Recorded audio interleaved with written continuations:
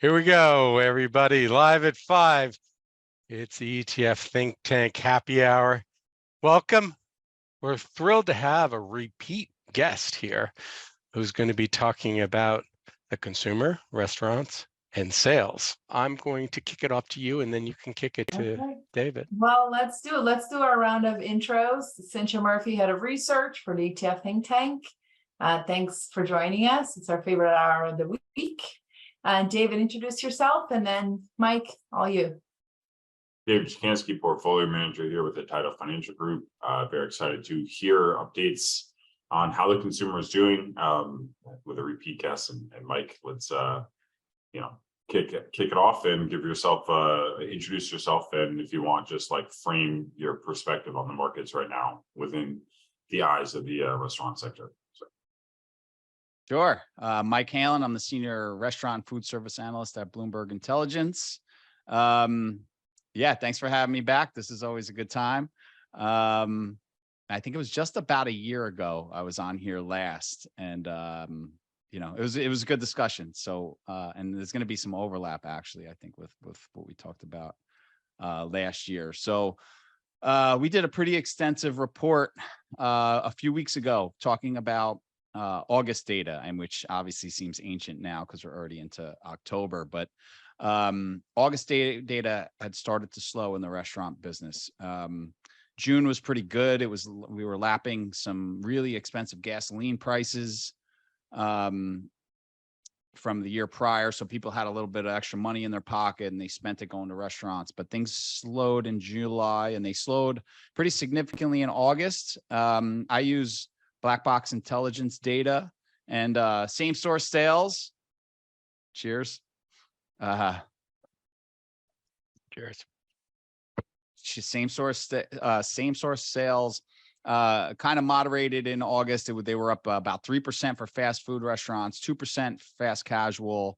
They were up probably about 50-60 basis points for full service restaurants that we cover, like casual diners like Brinker and Darden, and family dining restaurants like IHOP and Cracker Barrel, and surprisingly enough, fine dining same store sales had been negative for the 6th straight month in August. So things were starting to moderate, and I'll go into the reasons for that in a second. And they got worse in September. So I haven't written my September report yet. I get some data that I'm not allowed to write about, but the weekly data has been pretty weak, pretty significantly weaker than it was in August. I think there's a few things going on with the consumer and the economy. First things first is we're talking about a lot of inflation over the last few years. In restaurants, we've seen massive price increases at quick service since 2020, since 2021 in full service. Prices of rent, car payments, food at the grocery store, everything's gone up so much. And people have had, people in middle America, they live on tight budgets, and those budgets have been blown up. And what they've done to cope is open credit cards and rack up credit card balances. Credit card balances are up 17% in the second quarter, up to over $1 trillion. Credit card delinquencies are rising. They're not quite where they were pre-pandemic, but they're getting close, and they're kind of shooting straight up. Automobile delinquencies, those payment delinquencies are higher than pre-pandemic levels. And what's crazy is like 15 or so, maybe more than 15% of people now have a car payment over $1,000 a month. 10 years ago, that number was like 3. So we've seen pretty steep inflation in that part of the economy, and that's really hurting people, and those delinquencies are rising pretty good. Real wages are back positive, but we had 2 straight years of real income declines. Consumer sentiment and consumer savings rates are all low, and people are dealing with the resumption of student loan payments. And I think this is a big one right now. The estimates I've seen are between $12 and $16 billion a month. Roughly 30 million borrowers paying, $450 a month. More than about a third of those customers from the surveys I've seen, about a third of those borrowers, I want to say more like a quarter of those borrowers are not going to be able to make those payments in full. I'd say more like 35% or so are saying that they can make the payments, but they're going to have to pull back on their discretionary spending. And then there was a smaller cohort that was that basically said they could pay without any impact. So a pretty significant part of spending, and spending by a cohort, younger cohorts to spend a lot of money at restaurants is kind of getting sucked out of the economy right now. And I think that's what we're seeing. So I would say I thought I heard one of the key bankers of one of the bigger banks, I can't say who, said actually the consumer's okay with his credit cards. Clearly that is not your viewpoint. I won't go into who. One of the key things that surprised me, though, having followed McDonald's for years, is that they raised the franchise fees on their franchisors. What does that do? How does that flow through to a firm like McDonald's and their owners? Yeah, so McDonald's, so that hit the headlines, and everybody likes to make a big deal of anything that McDonald's does, because McDonald's gets a lot of hits, right? So a lot of people are going to open the article and because they want to read about McDonald's, such a big name. So they did raise it, but they raised it for new people, new franchisees coming into the system. So it's not for the existing franchisees. So there's a lot of clickbait articles out there saying oh, franchisees are going to be pissed. And it's well, the current franchisees aren't, because they're grandfathered in at the old rates. This is going to be a higher franchise fee and a higher royalty fee for new entrants into the system. So I don't think it's going to be that big of a deal. It flows through to the bottom line pretty good, though. I mean, the franchise business, McDonald's has low 40% margins, operating margins, and as good as it gets, because they don't own their supply chain, and they're very largely franchised. And so, yeah, when those franchise fees and those royalty fees, they flow pretty good to the bottom line. So, but because this is for new franchisees, largely for us on Wall Street, it was kind of a non-event, not really changing the numbers on our models. So when I'm looking at the restaurant industries, and I tend to focus on the franchise side more than casual dining, can they still keep the quote so-called dollar menu going? I mean, across the channels, and of course across the different entities, can they still offer, frankly, cheap meals for the folks that they tend to cater to?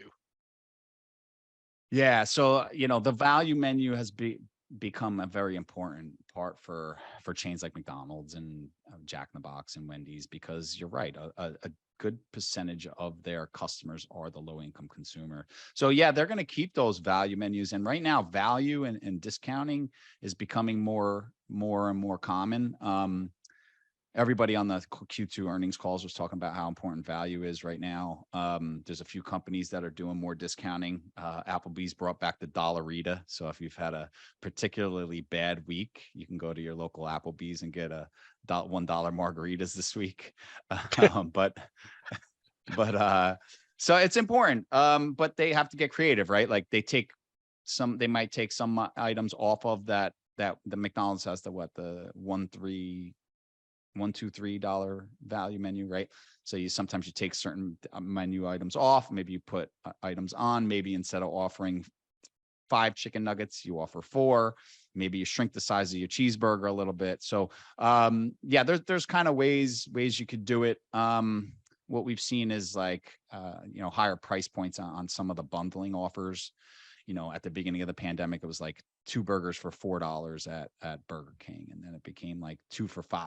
And now it's a bundle with some more fries and drinks. And maybe it's 2 burgers and for $8 or $9 or $10. So they kind of have adjusted some of these offers to ensure that their franchisees make some money off it, because, you don't want to piss off your franchisees, right?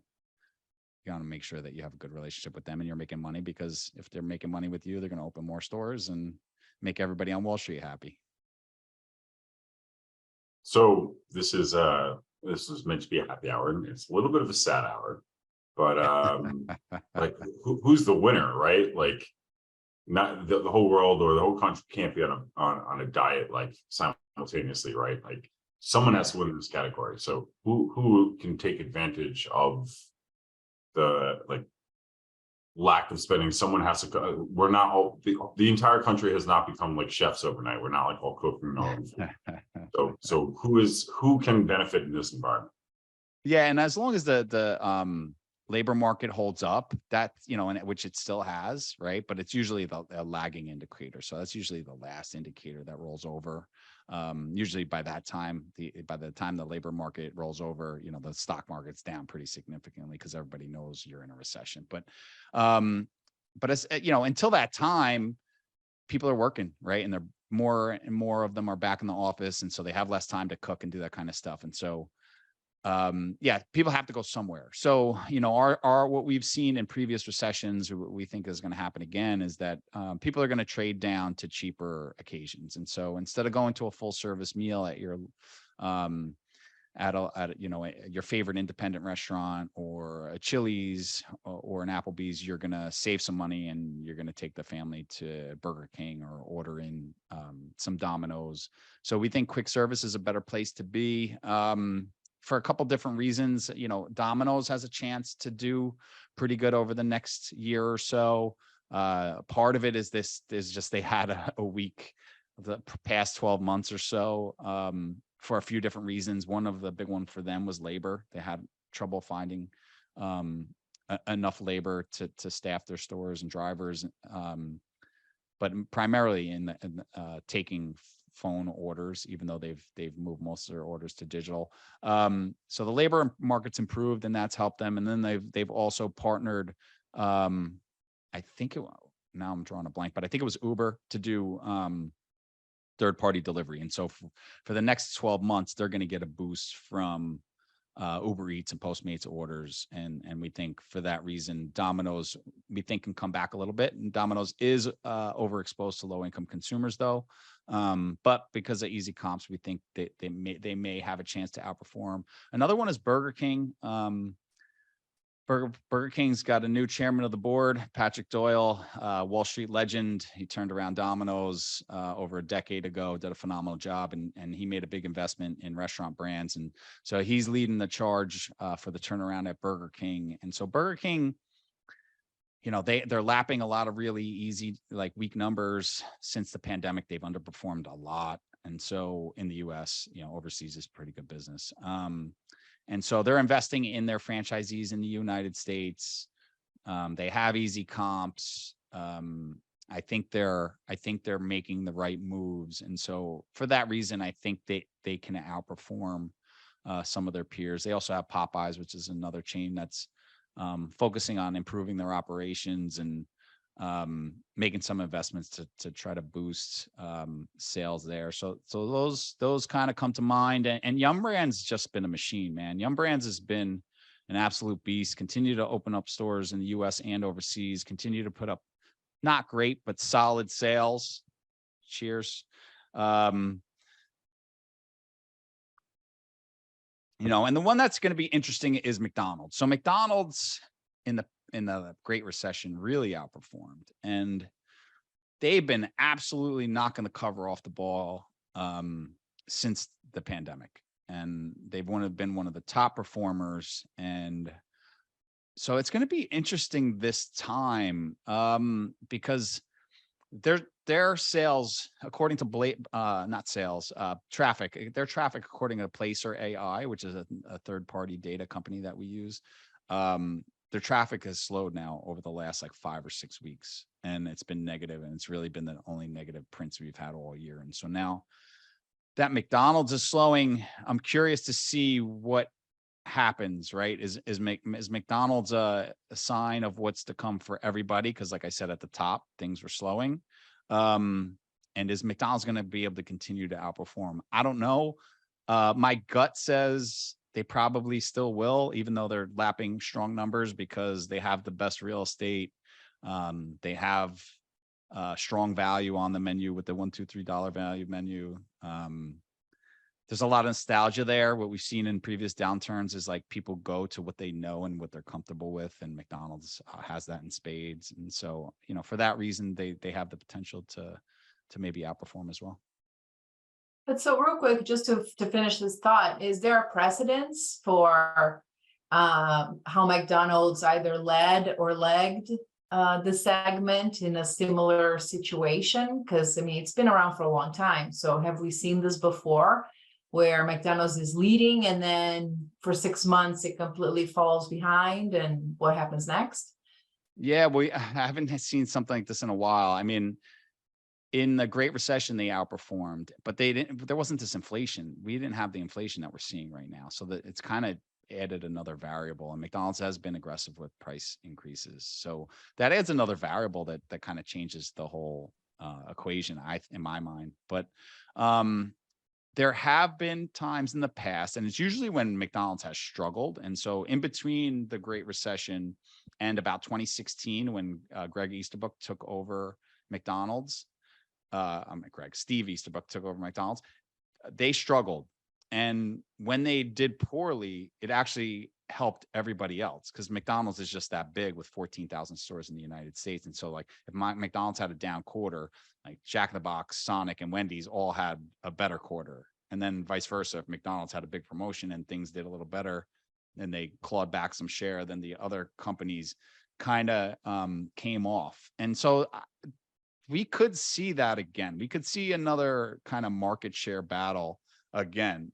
Who's going to win that? It's going to be tough to tell. I think we still have a couple more quarters of companies that are like expanding their late night menu. So most Jack in the Box and Wendy's are the biggest ones there. If you're expanding your late night hours has really helped, I think, those companies. And so they were always known for doing some late night, especially Jack in the Box, but labor concerns made it really tough for them to staff late night. And so now that staffing is improving and labor's and markets improving, they're expanding their late night hours. And I think those are kind of some things that could buoy those chains and maybe give McDonald's a little bit of a boost, because there's a lot of McDonald's open 24 hours as well.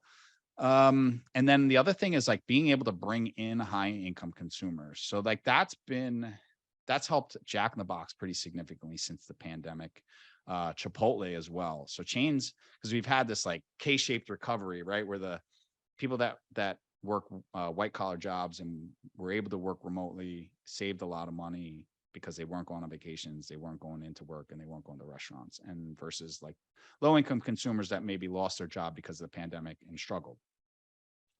So, you know, the chains that were able to attract higher income consumers, you know, have done better. And I think we're going to continue to see that, right? Because we're already seeing fine dining kind of roll over. And part of that is B2B spending.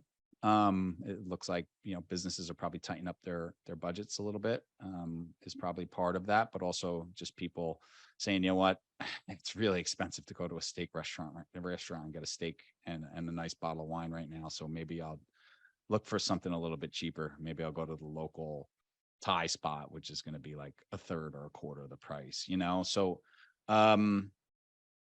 you know, so I think those two, like late night and bringing in higher income consumers, are going to continue to be important for these quick service chains.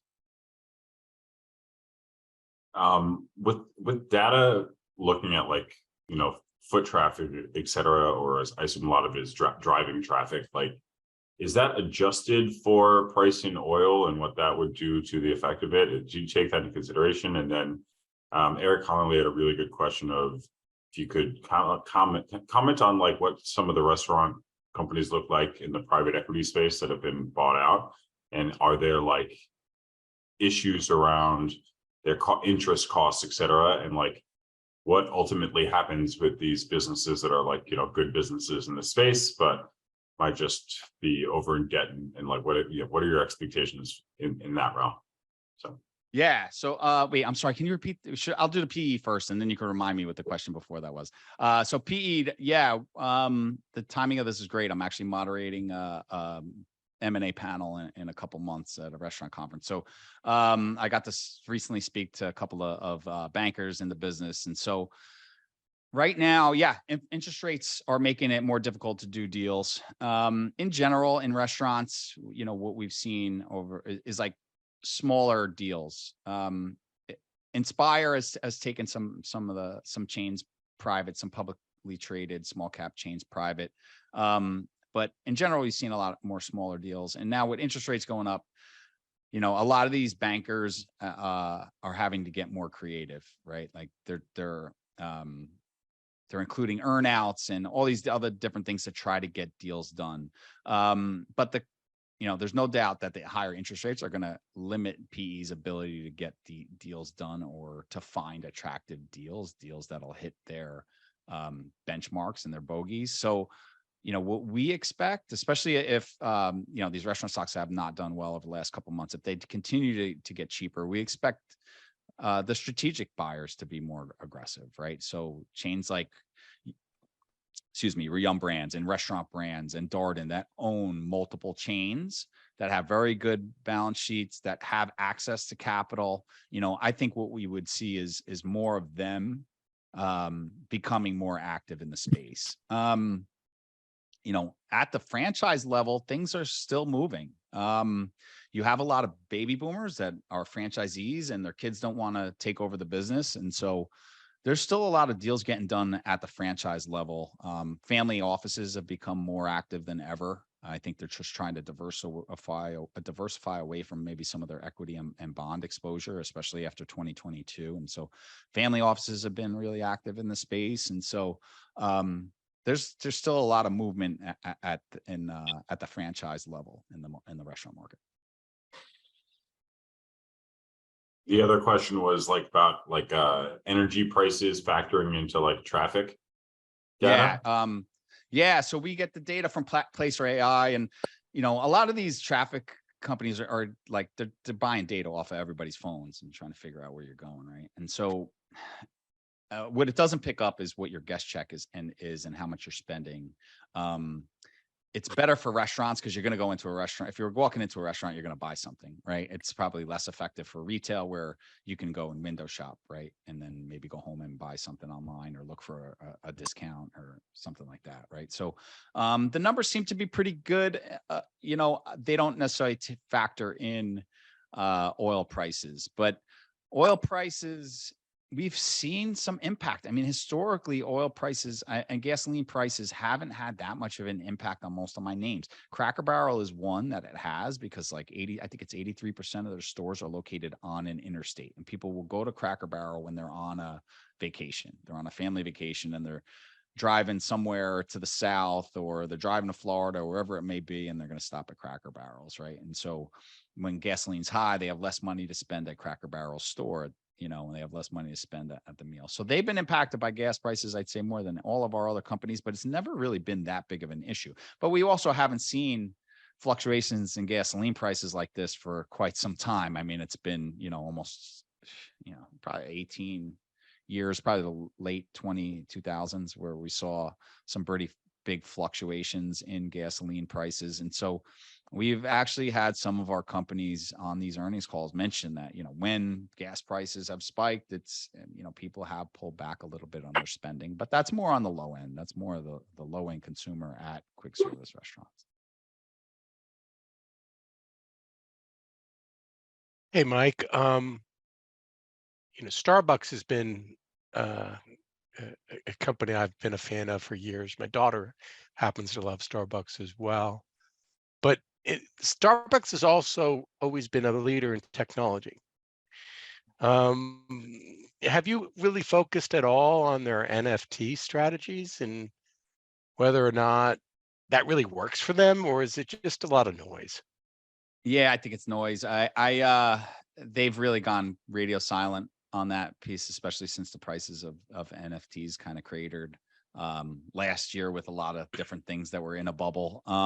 So yeah, they've gone quiet on that front. Starbucks is interesting, man, because Howard Schultz, as you know, came back after the layoff. They were unhappy with with the previous CEO, and so he came in to kind of hold down the fort until they could hire somebody. And so Lakshman got the job, and shortly after he's given the job, they held an investor day late last year where they increased all of their long-term targets, which is like unheard of. Usually the first thing a CEO does when they come in is they come in and they cut their long-term estimates or halt long-term estimates so that Wall Street will give them some time to kind of get some stuff done, right? Like to kind of implement some of their policies and kind of make some hay, towards like, improving the business. But Howard didn't give Lakshman that opportunity. And so he's stepping into an opportunity, into that CEO role this year with,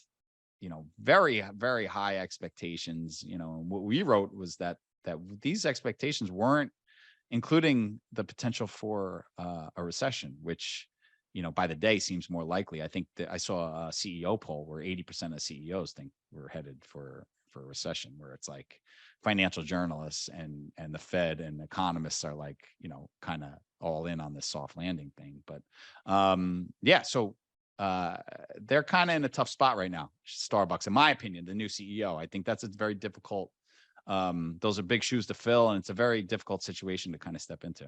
So that one's going to be interesting, especially over the next few quarters. Their sales, cheers. Their sales slowed pretty significantly. I still track things on a pre-pandemic basis. And I think their sales were up about 28%, 28.5%, I think, since pre-pandemic in the last quarter, which is very good, but it was down 600 basis points from the first quarter. So there was a pretty significant slowing. They didn't really want to address that on the call. And they get a pass to a large degree by a lot of the sell side. So I think that one's going to be a really, really interesting one to watch over the next few quarters.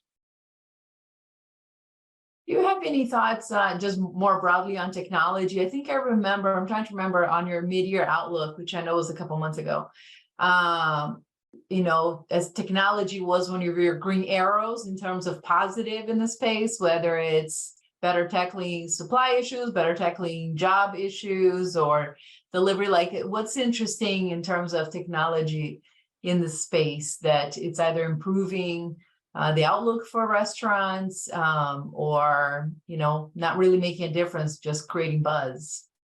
Yeah, so there's definitely some progress that's been made. Restaurants were kind of forced to invest in technology since the beginning of the pandemic, right? Restaurants is a business that was largely behind the curve when it came to technology investing. And so, I'd say a big one now that's been very good for my chains, the full service chains, is server handhelds, right? It's like the iPad type thing that the server can use. And that's been a big one. Most of the companies, that I covered, 5 years ago, they were only using those in Seattle and LA because minimum wage was 15. But now that they're forced to pay restaurant workers so much more across the country, chains like Brinker are installing them everywhere. Kiosks on quick service is another one. The technology costs for both of these have come down. Labor costs have gone up, and now there is an actual ROI on implementing these technologies. And so both of those have helped significantly. They've eased some of the pain in the labor shortage. They've reduced some of the labor hour costs at the restaurant level. So those have been great. But there's more to come. We just wrote about, the FAST Act we spoke a lot about last year. And that was California wanted to raise the minimum wage for fast food chains to 23. They came to an agreement at 20. And I think right now the average is 16.60. So that's a pretty significant bump up. And this is for large chains. This is for like large chains that have, hundreds of stores or more. I think they need to have at least like 50 or so in California. Don't quote me on that. But so for those chains, they're continuing to look into technology to boost their sales. So and to cut their costs. So automation is a big one. Automation doesn't have an ROI yet. Automation is still very expensive. But these chains that have a lot of exposure to California. So number one is Jack in the Box. Over 40% of their stores in Del Taco, which they own, their stores are it's 43% are located in California. So lots of exposure there. Starbucks about 19%. Chipotle's in there, maybe like 16%. And then Yum Brands is maybe at like 11% of their stores are all in California. So these chains are actually leading the way with that automation. Chipotle's got an automated make line underneath that they're working on. They're going to put it under the counter where robots will make bowls that are going to people for pickup and delivery orders. Yeah, so that's one of them. They have the Autocado, they're calling it. So it's a lot of work to wash,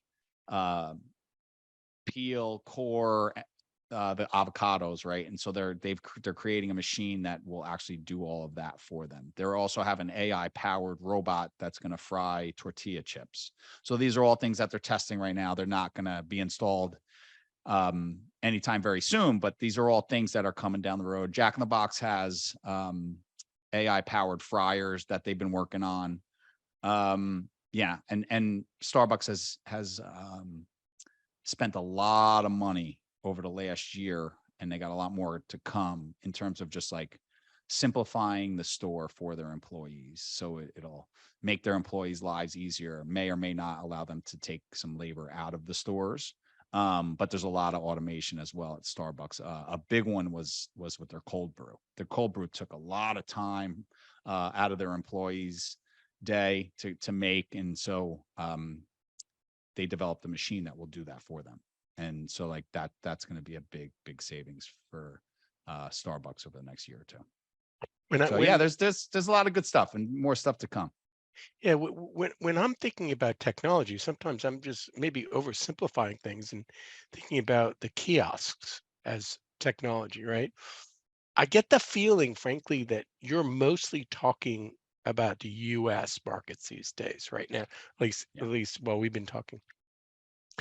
Is technology, specifically kiosks as an example, more accepted internationally than here in the US?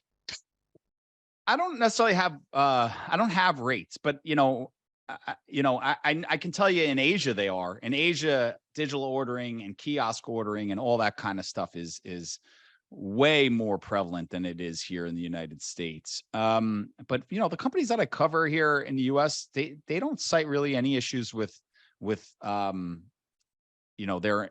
customers picking up usage of the kiosks. Like most of them say most of their customers like to go and use the kiosk. It's lower stress.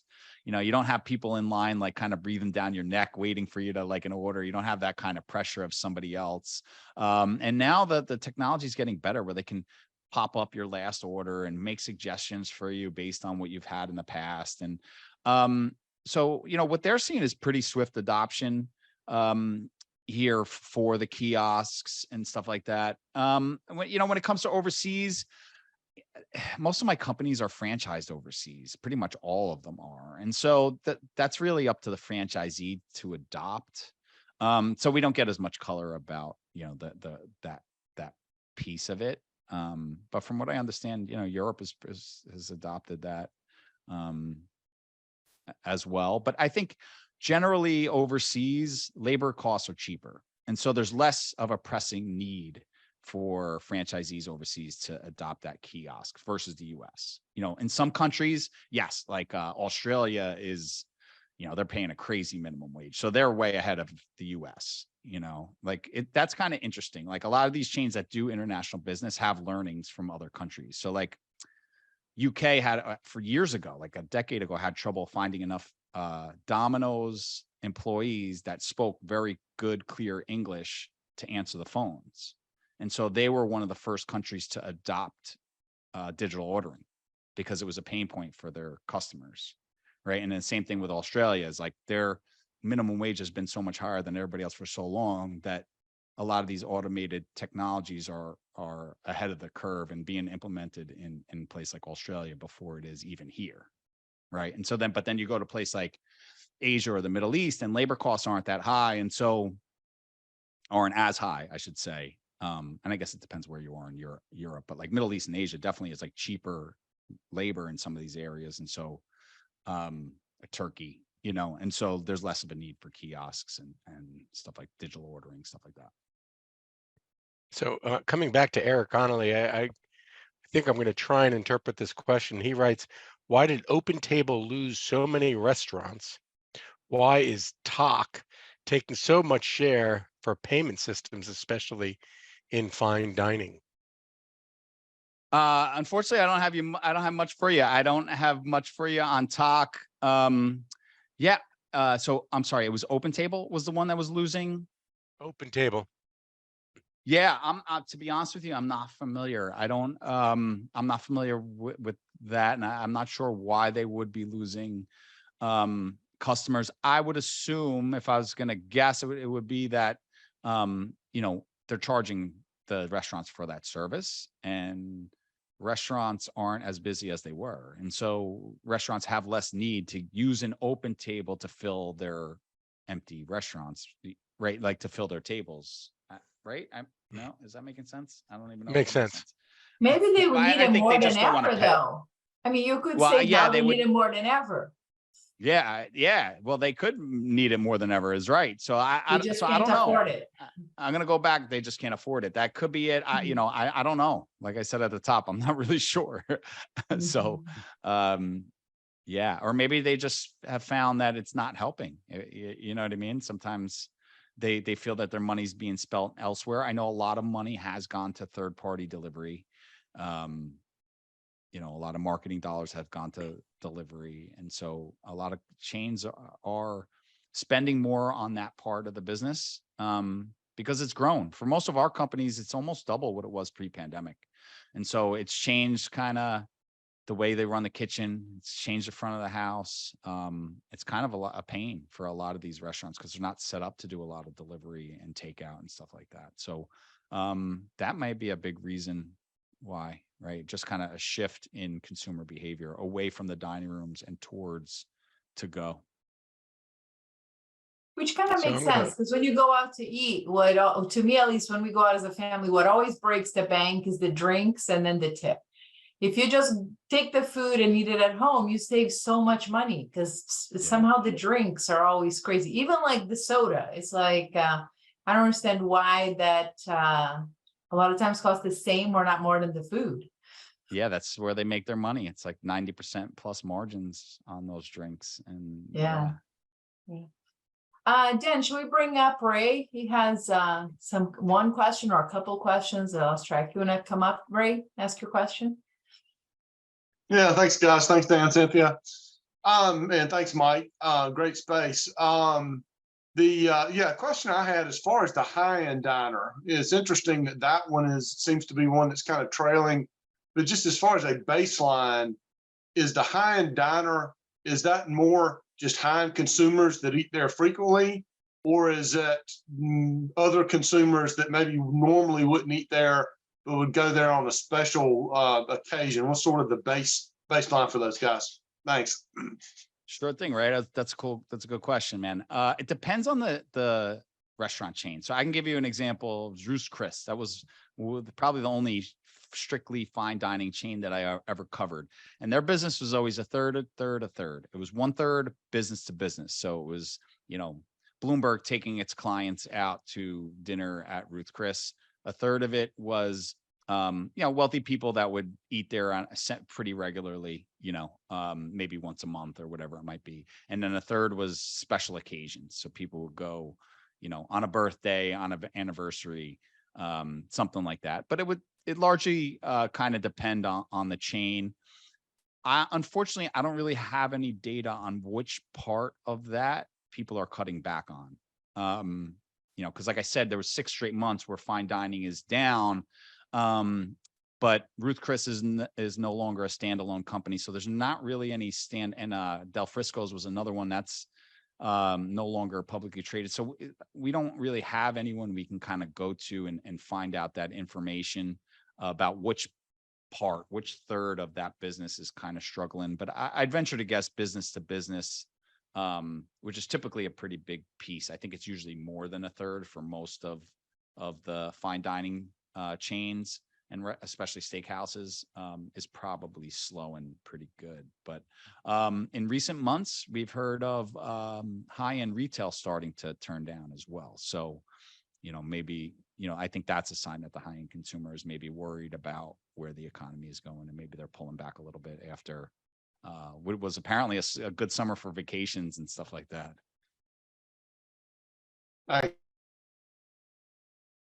What about like ghost kitchens? I know that's been a hot topic, and I don't believe any of the brands you cover are engaged in any ghost kitchens, but is it something you like that the industry fears, or is it a fear that has passed? Like what is the thought process on ghost kitchens? And Yeah, I don't think it was necessarily something that they feared. But I think what happened with ghost kitchens was, I think a lot of people saw a lot of potential head prior to the pandemic. Then when the pandemic hit, it was like, all right, there's going to be less telecommuting. There's going to be more need for restaurants in the suburbs, and it made ghost kitchens even more attractive, right? Because they saw an explosion in that to-go business, in that delivery, the business. So there was a lot of overinvestment in ghost kitchens. And so a lot of my companies were getting very aggressive during the pandemic about partnering with ghost kitchens and trying to get into more ghost kitchens and kind of expand very rapidly in that way. But that's some of that optimism has kind of pulled back. So on the investor side, I think investors kind of got aggressive, maybe too aggressive investing in ghost kitchens. And now some of that money is being pulled back. The companies I cover, they're less excited about maybe partnering with some of these ghost kitchens. So it's kind of died down, but they're an interesting partner, I think, for a lot of the restaurant chains I cover. I don't think it's necessarily going to be a supercharger of growth like some people thought it would be, but it's interesting because, if you have a store, especially for like a fast casual store, and you're doing more delivery and to go and stuff like that, and you're very high volume, think like Texas Roadhouse, right? And they don't want to do the delivery space anyway, but like that would be a good use case for this. So you have a store that's jamming, they're doing like 8 million a year. This place is always busy. So they don't want to do to go because it's going to just clog up their kitchen more. It's going to slow things down for the people in the restaurant. It's going to screw up a good business.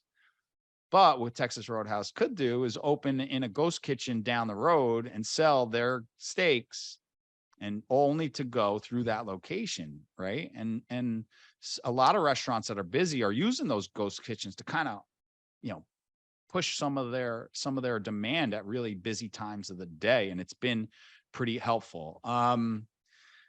It's a good way, low risk way to expand because you don't have to build a new store, right? Like you just pay the rental fee and you're off and running, right? And so you can, maybe you want to expand, maybe you're an East Coast brand and you want to see if this thing's going to work in California, but you don't want to spend the money to build a store. You say, all right, let's start in a couple of ghost kitchens and see if it gains some traction in California before we start, putting big money into brick and mortar stores. So I think they can be a great partner over time.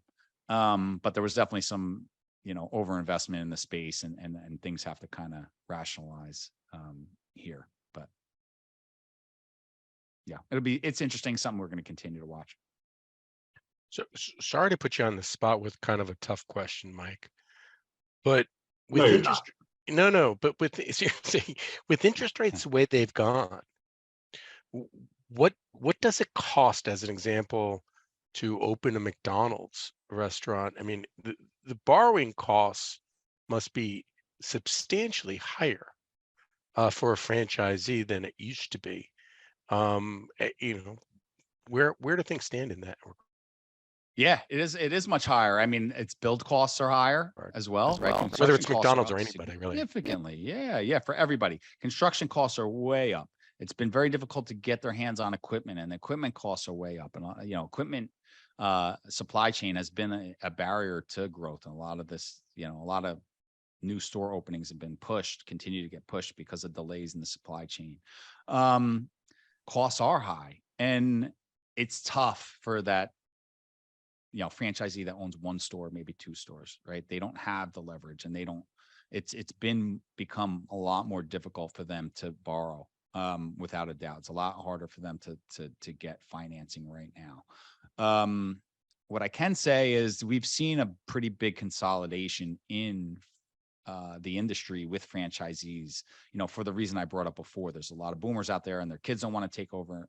And so we've seen a lot of action in terms of just consolidation of the franchisee base, and McDonald's is one that's kind of made an effort. And that's kind of probably where they really did actually piss off their franchisees a little bit, because they're trying to push the smaller franchisees maybe to sell to some of these larger franchisees, because then the larger franchisee has a significant balance sheet, has a lot of assets that they can borrow against, and it's going to be a lot easier for them to attain financing with the higher interest rates and in a more difficult consumer environment. So that consolidation has helped, but for the smaller franchisee, man, it's tough.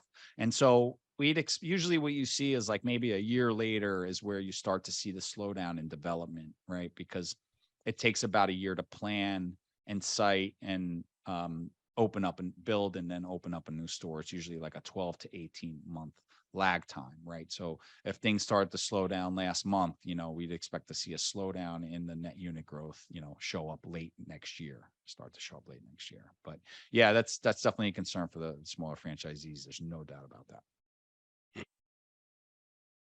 So can we, Warren has a question here, and I want to ask, which is, what's your favorite, restaurant stock right now? But also expanded, we talked earlier before the show started, how you've been covering the space for 11, 12 years. What's the most exciting, most interesting restaurant stock you followed all this time, or what stands out? Man, Domino's was like so much fun. Domino's was, I think they'll talk about that in business schools for decades to come.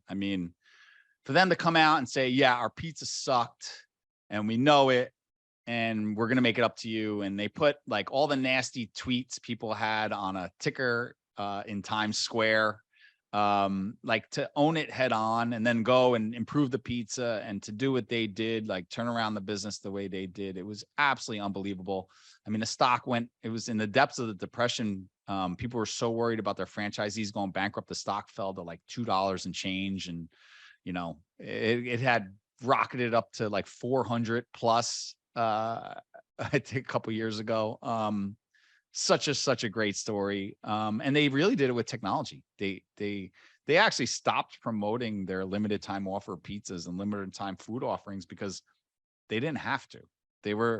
They became the cool pizza company with tweet to order. You could just tweet a pizza emoji to your local Domino's and they knew what your favorite order was and they would send it, or tweet to your local Domino's and they'd send you the order, and you could track your pizza and do all that kind of cool stuff. And them with Starbucks and Panera kind of became like the leaders in tech in the restaurant business. And so that was really cool.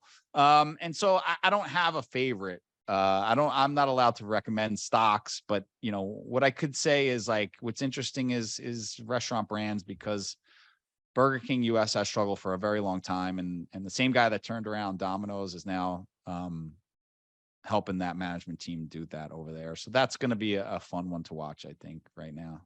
But I mentioned, like, I think in general, the quick service chains are probably a better place to play right now. Because, actually what I learned from Patrick Doyle, the CEO at Domino's, and chairman now at Restaurant Brands, was like, during a recession, it's like quick service is a little better positioned because like you have customers fall out of the bucket on the low end, but you also have middle and higher income consumers that kind of fall into your bucket to try to save some money. And so it makes the declines, it kind of cushions the declines a little bit. I think we lost. Do we have any other guys? Did we go through all the questions we have? We have a lot of questions on the chat. If anybody wants to come up and ask, hold on, I'm quickly skimming through them. Oh, so we can ask, Eric has a great question that we were talking earlier about, which is the Ozempic effect 3 to 5 years from now. So, kind of that midterm range effect. So let's go there. Yeah, we're gonna go there. All right. I told Mike Guy had a great tweet today. He was like, as I think it was Walmart. I think he mentioned that Walmart was saying like, food sales are down because of Ozempic, which I think is a crock, especially for Walmart to say that, because Walmart is, that's a lot of low and middle income consumers. And apparently Ozempic is very expensive. So that's not really the customer base that's using Ozempic. But Walmart had said, food sales are down because of Ozempic. I think that's just a Wall Street talking point. I'm not really concerned about, restaurants. Restaurants, it's an occasion, and I don't think people want to give it up. I think we learned that during, when things opened up post pandemic, people were so excited to get back to restaurants and like seeing friends again that they hadn't seen in a long time. And when you're going to go meet your friend, where do you go? You go to a restaurant and you have a drink and you have a nice meal. And I think it's just such an important part of our culture and of humanity. And I don't see it going away. I don't think the business is really at risk of getting crushed by Ozempic. I think there's some other things maybe people kind of look at and they say, quick service restaurants are feeding people crappy food, and we need to regulate that and make them serve healthier stuff. And I think that's hard too, man, because people want it. They know what they're getting at McDonald's, right? Like they know that a Big Mac's not good for them. I don't think anyone who goes to McDonald's and buys a Big Mac is going to say, oh yeah, this thing's amazing for me. Right. I think it's really difficult because people, that's what they want, is it right? Is it healthy for them? No, but sometimes, damn, it's pretty good. So, so it's tough. I find it like really difficult, to wrap my head around some of that regulation around the industry, and I'm going through some ESG things, and we're doing some ESG work for some of our companies. And it's like, how can you penalize somebody for serving food that's not good for you when the customer knows it's not good for you? I don't get that. I can wrap my head around some other things that, in terms of energy and food waste and water waste, and some of that makes a lot of sense to me. And I think those are questions that restaurants have been struggling with for a very long time, and that every day are trying to get better at, right? But listen, if people like a greasy cheeseburger, everybody, who doesn't like a greasy cheeseburger? That's the question. Exactly. Right? Exactly. We should be free to eat what we want to eat. Personally, I really prefer fat-free donuts. I don't believe you, Dan.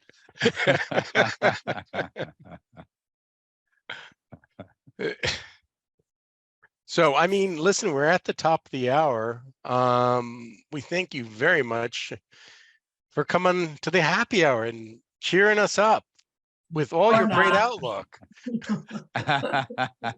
Yeah, well, sorry I didn't have more good news, but listen, when I think things are going to turn around, you got to have me back so you can have a little more fun, So is that 6 months from now or 9 months from now?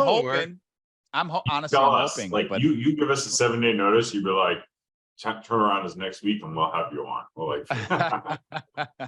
I think I mentioned to everybody pre-call that it's gonna be rough through at least the first quarter for my space.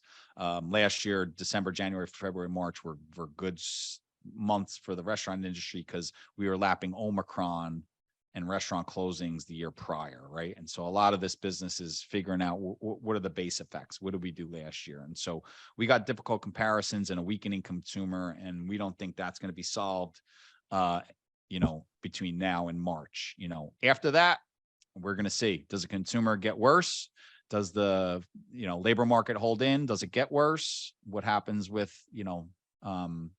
what does like student loan repayment due to the rest of discretionary spending?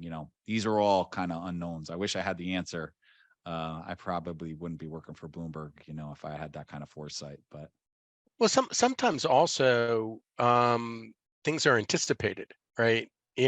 Everybody knows we're in a recession after we come out of it, right? So I would expect like the restaurant industry would reflect that expectation when and if in the second half of next year we're sizzling on and things are ripping. Yeah, and things typically move about 6 months prior in the stock market, right? So with these restaurants, what I think I said on this call, on this happy hour a year ago, is that they're a canary in the coal mine. And I think people really need to pay attention to what's going on in restaurant land in August and September. And then what happens now this month in October, when people are actually cut those checks for the student loan payments. And then I think it'll be the same way when we start to come out of it, right? And so, I think, I'll probably be a popular guy if restaurants start to do better at some point next year than the broader market, right? Because it'll be a sign that like the consumer's coming back.